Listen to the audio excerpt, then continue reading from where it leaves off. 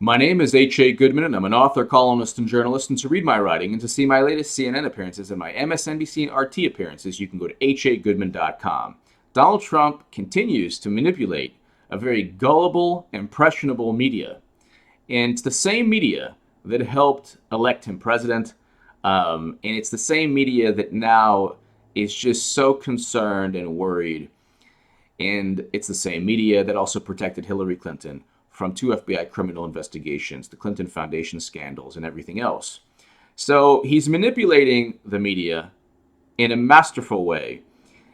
The big issue today is that he tweeted out that flag burning warrants jail time and a loss of citizenship. He knows very well that he's not going to overturn any Supreme Court decisions regarding flag burning. Flag burning is protected under the First Amendment. I would never burn a flag. I respect the flag. However, I look at it a little bit different, and I'll get to how I look at it in a moment. Trump's foreign business interests, 144 companies in 25 countries. You think the media is focusing on that? Do you think the media would focus on that if it were Hillary Clinton? Of course, there's a potential conflict of interest there. But Donald Trump and his team, they're genius. They're masterful. They have essentially made everything into this issue, a culture clash of cultures. And so you have Slate and the New York Times focusing on Trump's temperament, which is exactly what he wants everyone to focus upon, not on the 144 companies in 25 countries. Could be no conflict of interest there. However, we do know that there was $156 million pumped through the Clinton Foundation from 85 donors simply for access to Hillary Clinton when she was Secretary of State. That was a clear quid pro quo, pay-to-play conflict of interest issue. The problem is when you have too many business interests around the world and your president, same with the Clinton Foundation, if you have too many interests pertaining to your quote-unquote charitable organization around the world, the conflict of interest in terms of your decision-making, that could be apparent. But I will read you, Donald Trump, flag burning should be illegal. President-elect Donald Trump says those who burn the flag should face punishment. Nobody should be allowed to burn the American flag, Trump tweeted on Tuesday. If they do, there must be consequences, perhaps a loss of citizenship or a year in jail. And of course, the predominantly liberal media, oh my God, Twitter, they're all outraged over the tweet.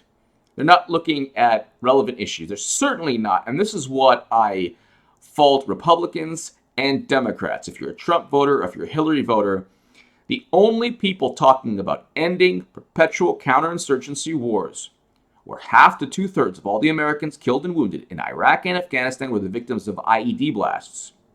The only people talking about ending these wars were Bernie Sanders, Tulsi Gabbard, Nina Turner, and Jill Stein. Those are the only people in 2016 who were talking about that ending perpetual war. Trump and Hillary, even though Trump is less hawkish, did not advocate in that manner. Half to two-thirds of all the Americans killed and wounded in Iraq and Afghanistan were the victims of IED blasts. We have over close to 7,000 Americans who have died in Iraq and Afghanistan. We have around 50,000 Americans who've been wounded in combat in both Iraq and Afghanistan, according to iCasualty.org. According to Forbes, around over 1 million American soldiers have been injured out of the 2.5 million Americans who have served in both wars. We now have soldiers still in Iraq, Afghanistan, and even in Syria.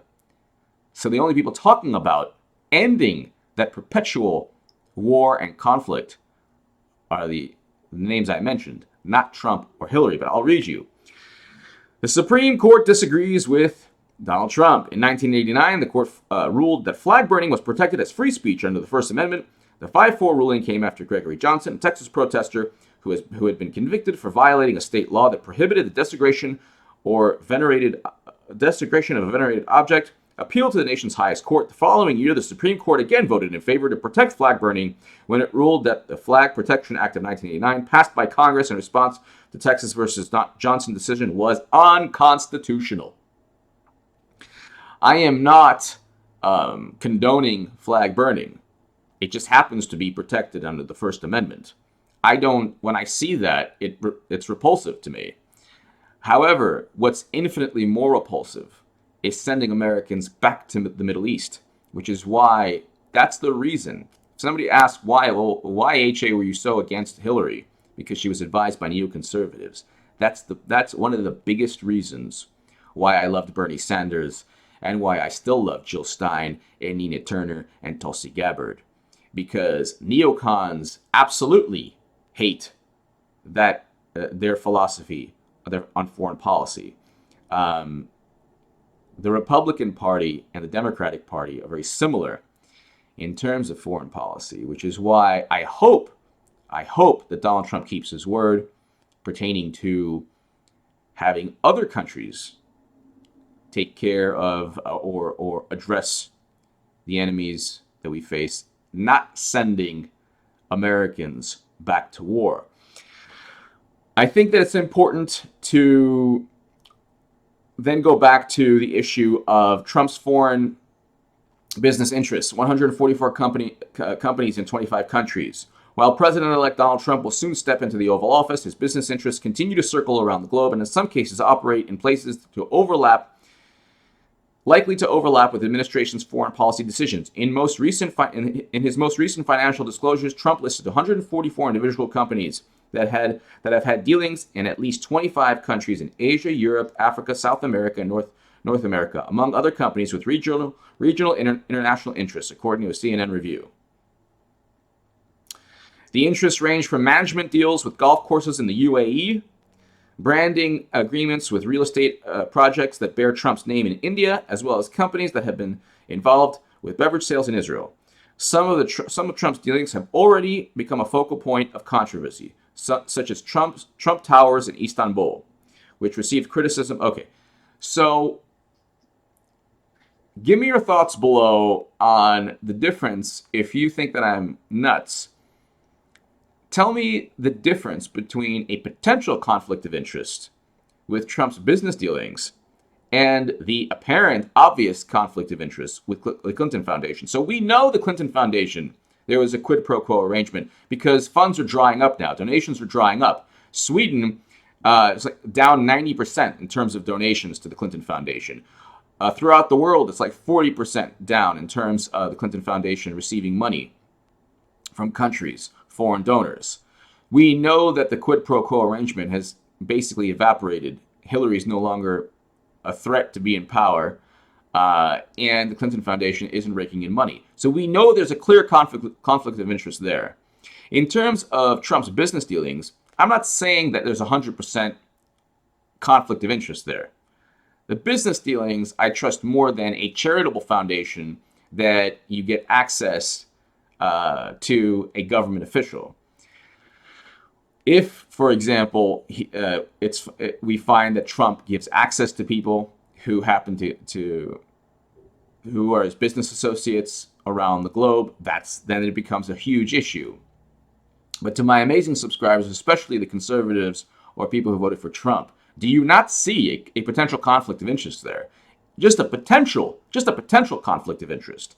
And to the people who are outraged of what Trump's latest tweet, this is exactly what he's going to do for 4 years. And if the media, the New York Times, Slate, if they take the bait, and if they don't focus on issues like the Voting Rights Act, or protecting unarmed black citizens from being killed by police, or the Dakota Access Pipeline, and the fact that the Standing Rock Sioux are being evicted from their own land, that the state of North Dakota has already broken the treaty many times over, and that they're siding with the pipeline, that President Obama is siding with the pipeline over the Standing Rock Sioux. The fact that we have these never-ending wars, the fact that there's so many progressive issues that could be focused upon right now. Democrats don't stand for anything. That's why they lost. If Bernie Sanders had run, if the DNC didn't cheat Bernie Sanders, and we learned that from the WikiLeaks emails, Bernie would have won Wisconsin. Wisconsin hasn't voted Republican since 1984. He would have won Michigan and Pennsylvania. The same populist issues that Trump championed, Bernie not only championed, but he stood for them in terms of policies, in terms of communicating exact, specific policies. Trump kind of piggybacked on that, and he was able to get Wisconsin, Pennsylvania, and Michigan. They haven't voted since 1988 for a Republican. So Bernie would have won the Rust Belt. He would have won those states. He would have won Ohio, too. Anyway, give me your thoughts below. And essentially, the media is playing into Donald Trump. Donald Trump is a master of manipulating the media. It's not the other way around. The media likes to think that they're manipulating Trump or that they're very powerful. Actually, it's Trump who has the power, and he's always had the power in terms of his relationship with the media. He knows exactly what he's doing. He tweeted out right now, flag burning, you should lose your citizenship, and you should go to jail. He knows very well it's not going to happen. He knows very well that the Supreme Court is not going to allow that to happen. But what he's doing is he's overshadowing any potential issues pertaining to people looking into his businesses abroad, and he's doing so with like this kind of culture clash. And he's controlling the entire narrative. Give me your thoughts below. Thank you so much for listening.